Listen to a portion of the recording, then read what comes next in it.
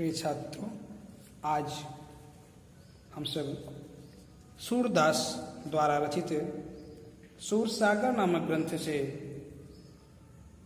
पद की व्याख्या करेंगे। जैसा कि हम सब जानते हैं कि सूरदास जी हिंदी साहित्य के सूर्य कहे जाते हैं। कल पिछले दिन भ्रमरगीर से व्याख्या चल रही थी, उसी कड़ी में आगे बढ़ते हुए आज अगले पद की व्याख्या होगी। ध्यान देंगे। निस्य दिन बरसत नयन हमारे, सदा रहती वर्षा ऋतु हम पर, जब तय श्याम सिधारे। दृग अंजन न रहत निशिबासर, कर कपोल भय कारे। कंचुकी पट सूखत नहीं कबहूं, उर विच बहत पनारे। आसो सलिल सवय भई काया, पल न जात रिसटारे। सूरदास प्रभु यह परेखो, गोकुल काहे बिसारे। निशिदिन बरसत नयन हमारे। सूरदास जी लिखते हैं, गोपिकाएं उद्धव जी से कह रही हैं, जैसा कि कल हम सब पढ़ रहे थे कि गोपिकाओं ने कहा कि कृष्ण के वियोग में अब हम लोगों के पास कुछ नहीं रह गया है, सिर्फ हाथ मलना और पछताना रह गया है। हम लोग विरह में परेशान हैं, हाथ मलना और पछताना ही हमारे पास रह गया है। उसी कड़ी में आगे वो कह रही हैं कि निशिदिन बरसत नयन हमारे। निशिदिन यानी रात के दिन, विरोधाभास अलंकार। जहां दो विरोधी तत्व होते हैं वहां विरोधाभास अलंकार होता है। निश्य और दिन में विरोधाभास अलंकार है। कहा कि गोपिकाओं ने उद्धव जी से कहा कि उद्धव जी, कृष्ण के वियोग में हमारी आंखें रात दिन आंसुओं की वर्षा करती रहती हैं। सदा रहती वर्षा ऋतु हम पर, जब ते श्याम सिधारे। जब से मेरे कृष्ण ब्रज छोड़ करके मथुरा चले गए हैं, सिधार गए हैं, तब से ऐसा लगता है कि जैसे हमारे ऊपर वर्षा ऋतु हमेशा विद्यमान हो, क्योंकि वर्षा ऋतु की विशेषता होती है सब पानी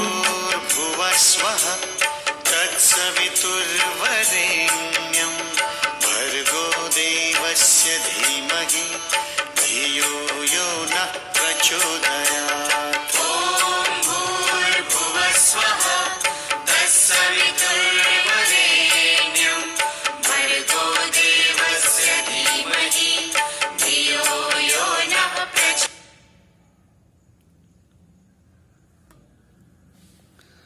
वर्षा ऋतु में सदा रहती वर्षा ऋतु हम पर, जब से श्याम सिधारे। वर्षा ऋतु में होता ही है कि घर से आदमी निकलता है, मौसम साफ है, लेकिन अचानक बारिश होने लगती है और वो भीग जाता है। तो गोपिकाओं का कहना है कि जब से मेरे कृष्ण ब्रज से मथुरा चले गए हैं, ऐसा लगता है कि हमारे ऊपर हमेशा वर्षा ऋतु ही विद्यमान हो। सदा रहती वर्षा ऋतु हम पर, जब ते श्याम सिधारे। गोपिकाएं उद्धव जी से कह रही हैं कि उद्धव जी, कृष्ण के वियोग में हमारी आंखें रात दिन आंसुओं की वर्षा करती रहती हैं। जब से मेरे कृष्ण मथुरा से धार गए हैं, ऐसा लगता है कि जैसे हमारे ऊपर हमेशा वर्षा ऋतु ही विद्यमान रहती है, अर्थात हम हमेशा आंसुओं में भीगे रहते हैं। दृग अंजन न रहत निशिबासर, कर कपोल भय कारे। दृग अंजन, जो हम लोग आंखों में अंजन लगाते हैं, वो रात्र में, वो दिन में टिकने नहीं पाता, वो दिन में टिकने नहीं पाता। फिर क्या होता है, कहा कि आंसुओं के साथ बह जाता है, और आंसुओं को पोंछते पोंछते कर कपोल भय काले। कर माने हाथ, कपोल यानी गाल। हाथ और गाल दोनों काले पड़ गए हैं। कंचु की पट सूखत नहीं कबहूं, उर्विच बहत पनारे। कंचु की पट सूखत नहीं कबहूं, उर्विच बहत पनारे। और लगातार आंसुओं के बहने से हमारा कंचुकी वस्त्र अर्थात जो वक्षस्थल को ढकने का वस्त्र होता है उसे कंचुकी पट कहते हैं। पट यानी वस्त्र, वक्षस्थल को ढकने का जो वस्त्र होता है उसे कंचुकी पट कहते हैं। तो कहा हमारा कंचुकी पट कभी सूख ही नहीं रहा है। और उर बीच बहत पनारे, पनारे यानी नाला, और हमारे हृदय के बीच से आंसू इस प्रकार से बह रहे हैं जैसे नाला बह रहा हो।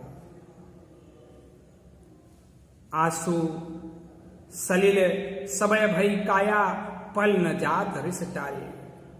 आंसू सलिल सबय भई काया, पल न जात रिस टारे। गोपिकाओं ने कहा, उद्धव जी से कहा, लगातार आंसुओं के बहने से पूरे शरीर, काया माने शरीर, पूरी शरीर एकदम जलमग्न रहती है हमेशा। एक क्षण के लिए भी क्रोध समाप्त नहीं होता है। सूरदास प्रभु यह परेखो, गोकुल काहे विसारे। सूरदास जी ने लिखा कि गोपिकाएं उद्धव से कह रही हैं कि उद्धव जी आप जाकर हमारे प्रभु से यही कहिएगा कि वो गोकुल को क्यों भूल गए हैं। निशिदिन वर्षत नयन हमारे। गोपिकाएं उद्धव जी से कह रही हैं कि उद्धव जी हमारी आंखें कृष्ण के वियोग में रात दिन आंसुओं की वर्षा करती रहती हैं। सदा रहती वर्षा ऋतु हम पर, जब तय श्याम सिधारे। जब से मेरे श्याम, जब से मेरे कृष्ण मथुरा चले गए हैं, तब से ऐसा लगता है कि हमारे ऊपर ऐसे हमेशा वर्षा ऋतु ही विद्यमान रहती हो। क्योंकि वर्षा ऋतु में जैसे लोग हमेशा भीगे रहते हैं, ठीक उसी प्रकार से लगातार हमारे आंखों से आंसुओं के बहने से हमारा शरीर भीगा रहता है। दृघ अंजन न रहत निशिबासर, कर कपोल भय कारे। लगातार आंसुओं के बहने से जो आंखों में अंजन है वो टिकने नहीं पाता।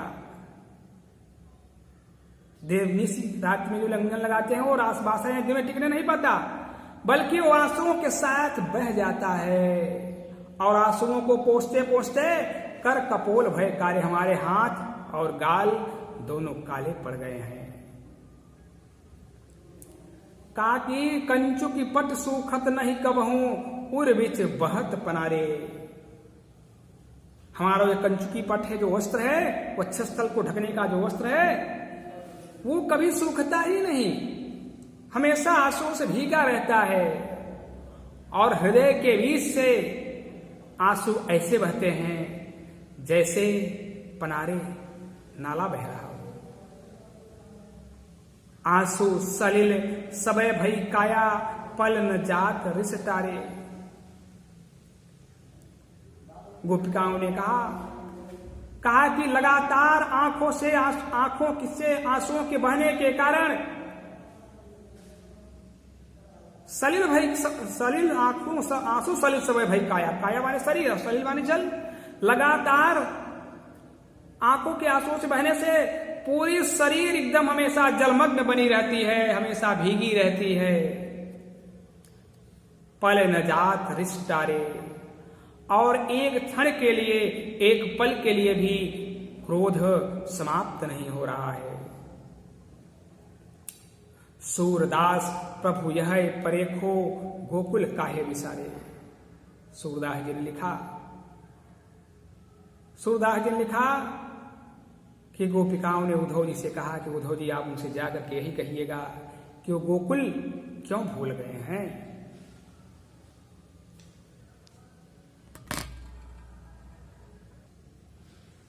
इसी कड़ी में अगले पद की व्याख्या करेंगे। उद्धव भली भई ब्रज आए, विधि कुलाल कीन्हे कांचे घटते तुम आनी पकाए। रंग दीन्हो हौ कान्ह सांवरे, अंग अंग चित्र बनाए। पाते गरे न नयन नेहते, अवधि अटा पर छाए। ब्रज करी अवा जोग ईंधन करी, सुरत यानि सुलगाए। फूक उसास विरह प्रजरन संग, ध्यान दरस सियराए। भरे सपूरन सकल प्रेम जल, छुअन न काहू पाए। राज काज ते गए सूर प्रभु, नंद नंदन कर लाए। उद्धव भली भई ब्रज आए। गोपिकाओं ने उद्धव जी से कहा कि उद्धव जी आपने बहुत भला का काम किया, बड़ा अच्छा कार्य किया जो ब्रज में चले आए,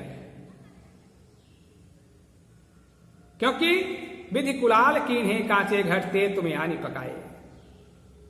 विधाता रूपी कुलाल ने, विधाता रूपी कुम्हार ने इसे कच्चा घड़ा बनाया था, लेकिन आपने आकर के उसे पका दिया। विधि कुलाल कीन्हे कांचे घटते तुम यानी पकाए। विधाता रूपी कुम्हार ने इसे कच्चा घड़ा बनाया था, लेकिन आपने आकर के उसे पका दिया। रंग दीन्हो हों कान सांवरे अंग अंग चित्र बनाए। हमने इस घड़े को कृष्ण के सवरिया रंग में रंग दिया, हो यानी मैं, हमने इस घड़े को कृष्ण के सवरिया रंग में रंग दिया और उसके प्रत्येक अंगों पर कृष्ण का ही चित्र बना दिया। पाते गरे न नयन नेहते अवधि अटा पर छाए। जो हम लगातार नयन नेह हैं, आंखों से जो प्रेमाश्रु बह रहे हैं, उससे यह घड़ा अभी तक इसलिए नहीं गल पाया क्योंकि अवध अटा पर छाए। यह अवध रूपी अटारी से छाया हुआ था। इसको विश्वास था कि एक दिन इतने समय के पश्चात कृष्ण वापस लौट करके आएंगे। तो पाते गरे न नए नए अवधि अटा पर छाए, इसलिए नहीं गल पाया क्योंकि अवध रूपी अटारी से छाया हुआ था। ब्रज करी अवा जोग ईंधन करी सुरत यानी सुलगाए। और आपने आकर के पूरे ब्रज को अवा बना दिया और उसमें जोग विद्या रूपी ईंधन डाल दिया और उनकी याद रूपी आग लगा करके सुलगा, उस घर आग सुलगा दी। जब आग जल गई तो फूंक उसास विरह प्रज्वलन संग ध्यान दरस सेराए। तो उसास के रूप में, लंबी लंबी सांसों के रूप में विरह की लपटें निकलने लगी। जब हमने उनका ध्यान किया, उन दर्शन हुआ, तब जाकर के घड़ा ठंडा हो गया। अब ठंडा हो गया तो पूरी तरह से पक गया था, इसलिए भरे सपूरन सकल प्रेम जल छुअन न काहू पाए। इस घड़े को प्रेम रूपी जल से पूरी तरह से हमने फिर भर दिया। अब इस घड़े को कोई स्पर्श आज तक नहीं कर पाया है। राज काज ते गए सूर्य प्रभु नंद नंदन कर लाए।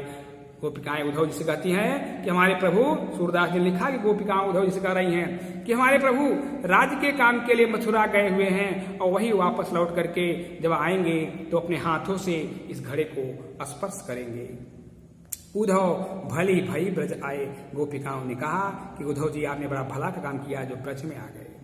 विधाता रूपी विधि कुलाल कीन्हे कांचे घटते तुम यानी पकाए। विधाता रूपी कुम्हार ने इसे कच्चा घड़ा बनाया था, लेकिन आपने आकर के उसे पका दिया।